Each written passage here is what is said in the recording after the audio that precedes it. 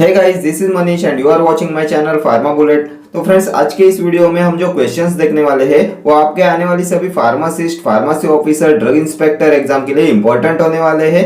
सभी exam specific questions मैंने यहाँ पे रखे जो आपके एग्जामिनेशन पॉइंट ऑफ व्यू से इंपॉर्टेंट है। तो स्टार्ट करते हैं। Bisphosphonates are beneficial in the following conditions except Paget's disease, senile osteoporosis, rickets, osteolytic bony मेटास्टैटिस।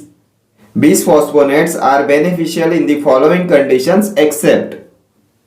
तो इनमें से किस में बिसफॉस्फोनेट यूजफुल नहीं होते?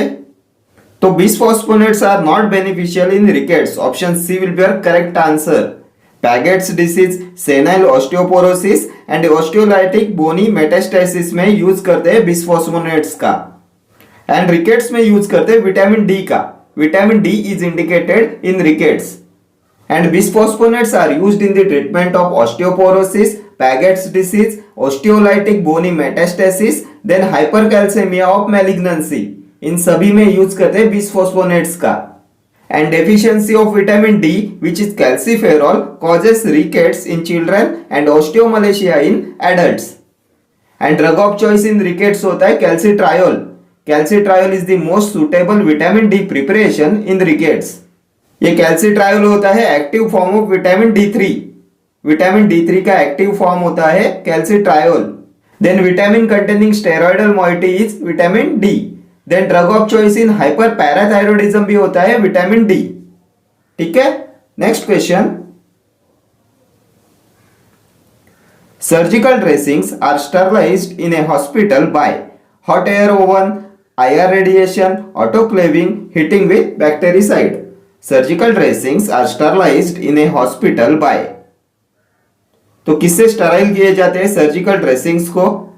तो सर्जिकल ड्रेसिंग्स के स्टरलाइजेशन के लिए यूज करते हैं ऑटोक्लेविंग का। Option C will be your correct answer. Autoclaving. Autoclaving होता है मॉइस्ट हीट स्टरलाइजेशन, एंड ये मॉइस्ट हीट स्टरलाइजेशन होता है steam under pressure. Surgical dressings IV fluids के स्टरलाइजेशन के लिए यूज करते हैं मॉइस्ट हीट स्टरलाइजेशन का, जो होता है ऑटोक्लेविंग।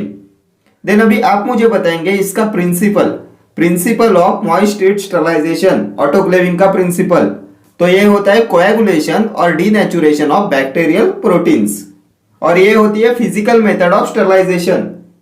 स्टरलाइजेशन के फिजिकल मेथड में आता है ऑटोक्लेविंग। इसके लिए यूज करते हैं 121 डिग्री टेम्परेचर का for 30 minutes.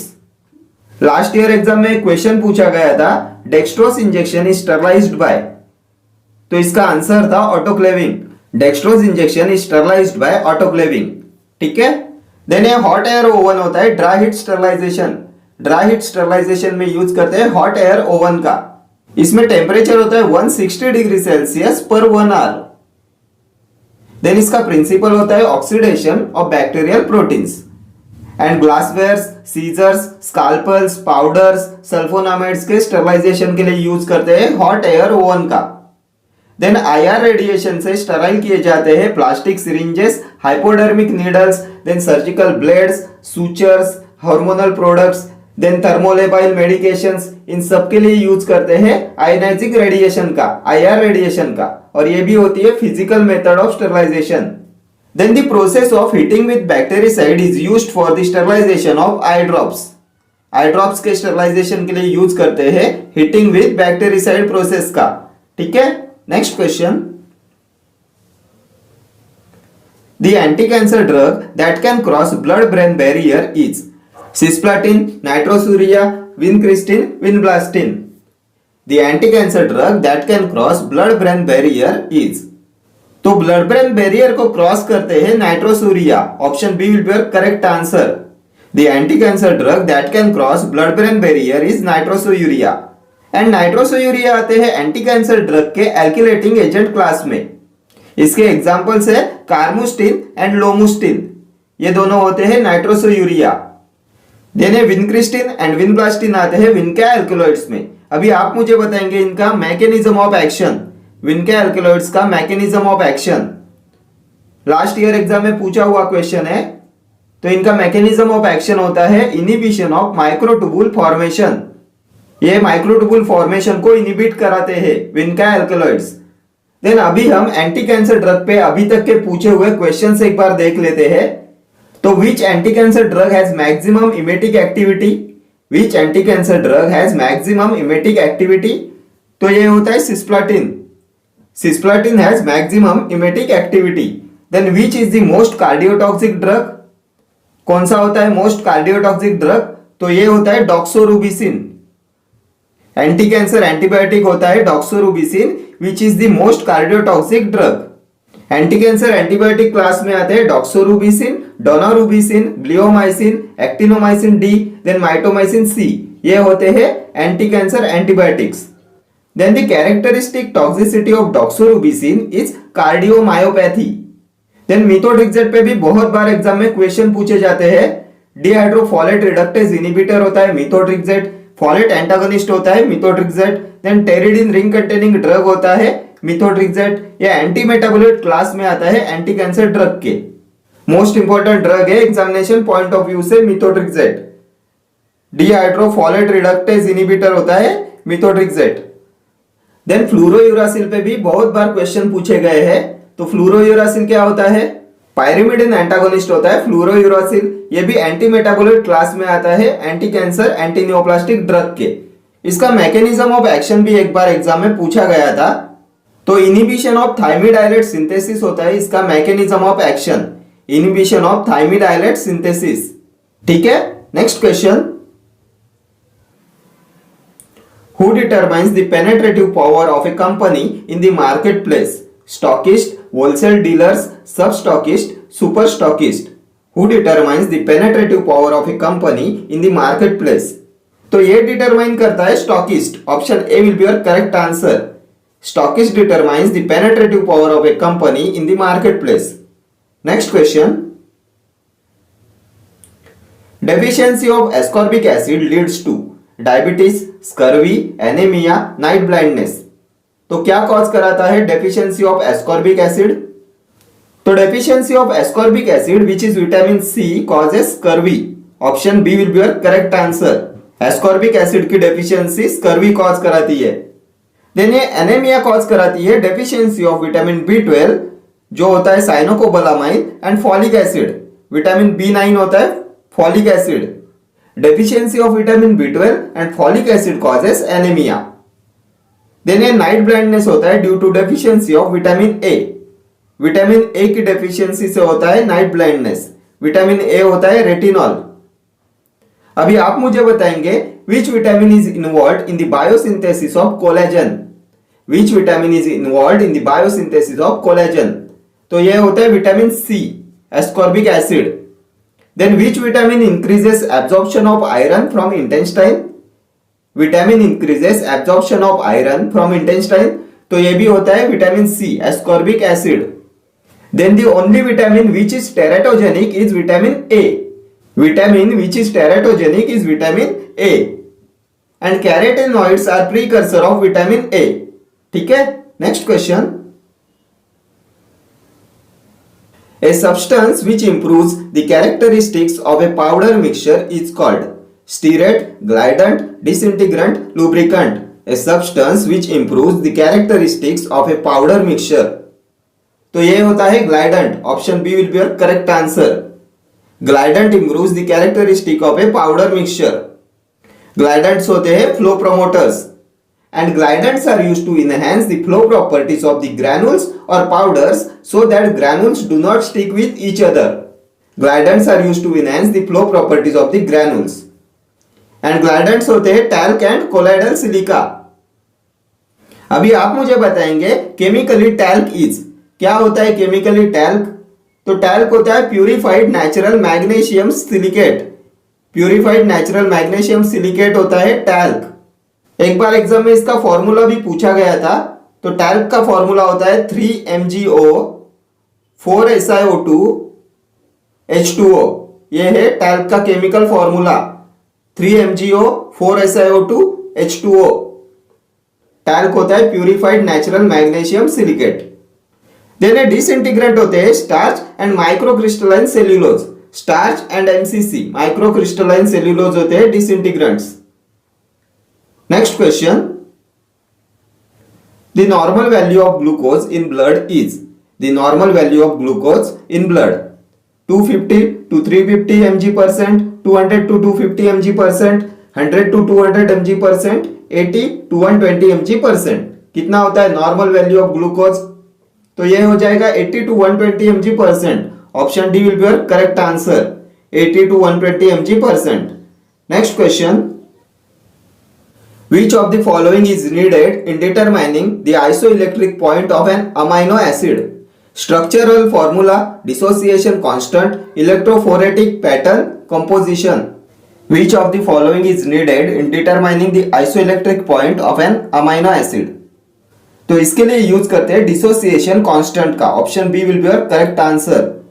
Dissociation constant is needed in determining the isoelectric point of an amino acid. Next question.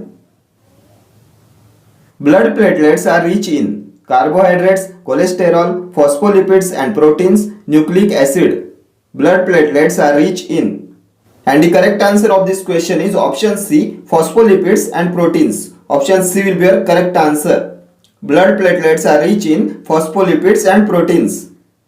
अभी आप मुझे बताएंगे normal platelet count, normal thrombocytes count.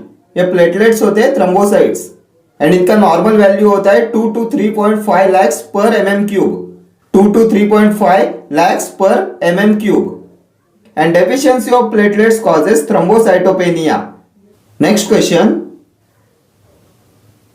The local anesthetic with the longest duration of action is procaine, chlorprocaine, lignocaine, dibucaine.